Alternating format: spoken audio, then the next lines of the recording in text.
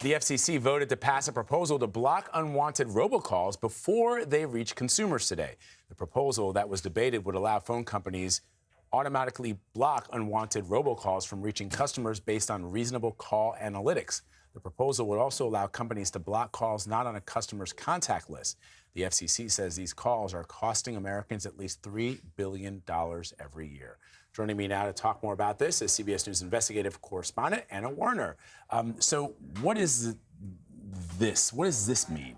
Well, so everybody knows that robocalls are plaguing all of us. Everybody. Right? And the FCC Chairman Ajit Pai has been very vocal about saying, hey, this is our #1 priority, and here's the proof that we're doing something about it. So what this essentially does is it kind of flips the current modality on its head. In other words, right now, you either sign up for your phone company's, scam alert or caller ID type thing. If you want to be part of it, you opt in. This allows the companies to just automatically opt everybody in, and you have the option to opt out if for some reason you want random phone calls, which most people probably don't want.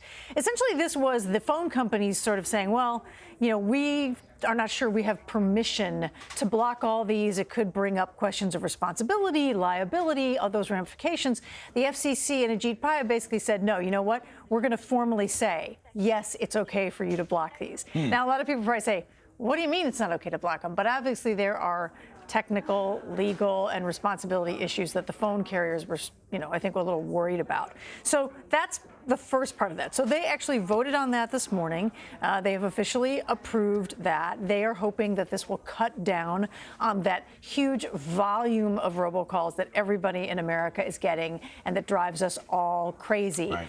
There are some concerns raised by some critics, however, who are saying, for example, what if you need the phone call from your credit union? What if you need the phone call from your pharmacy telling you your prescription is ready? I just got one today. Yeah, we get some of those automatic calls. Well, those are robocalls also. Let's remember that just because it's a robocall doesn't mean it might not have a legitimate purpose in some instances. Right. So what they're saying is, well, yeah, but this thing may be overbroad. They're worried that now the phone companies might wind up blocking calls that you and I actually need to get or want to get for one reason or another. So it's not, they don't have a 100% fan base on this move, but I think that the FCC, Ajit Pai is saying, look, don't worry about that.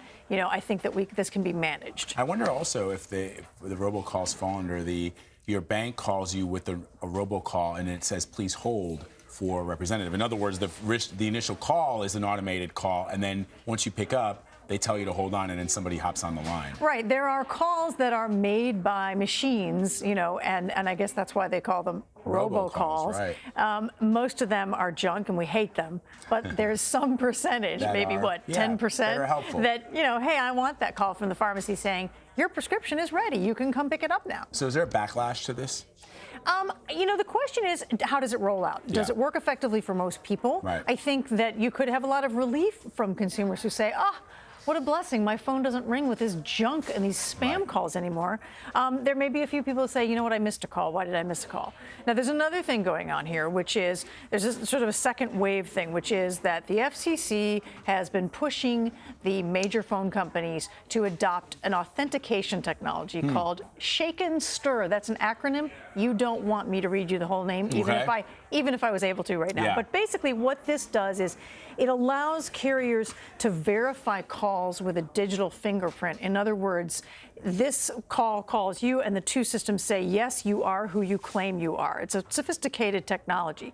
Some carriers are ready to go on that. T-Mobile, we interviewed them a few months ago. They're ready to go. They've got it all set up. Some of the other carriers are still putting this in place, and that the FCC believes will help to also cut down on calls that cannot be authenticated. So there's a couple different things going on. Hopefully, at the end of the day, it means that all of us get a lot fewer of these calls. That's what we want. Which is what we want, because, you and I, everybody else, do we pick up our phones? If I don't recognize the number, I don't even pick it up. So. That's what a lot of people are saying, and obviously nobody wants that. Phone companies don't want that any more than we do. Right. So, we'll see how the moves play out in the future, but the FCC is basically trumpeting this and saying, hey, look, we're being aggressive about this. We get more complaints about this than anything else in the world, and we're trying to do something about it to help. So hopefully that plays out well in the future. We'll see. Anna Werner, thank you very much. You're welcome.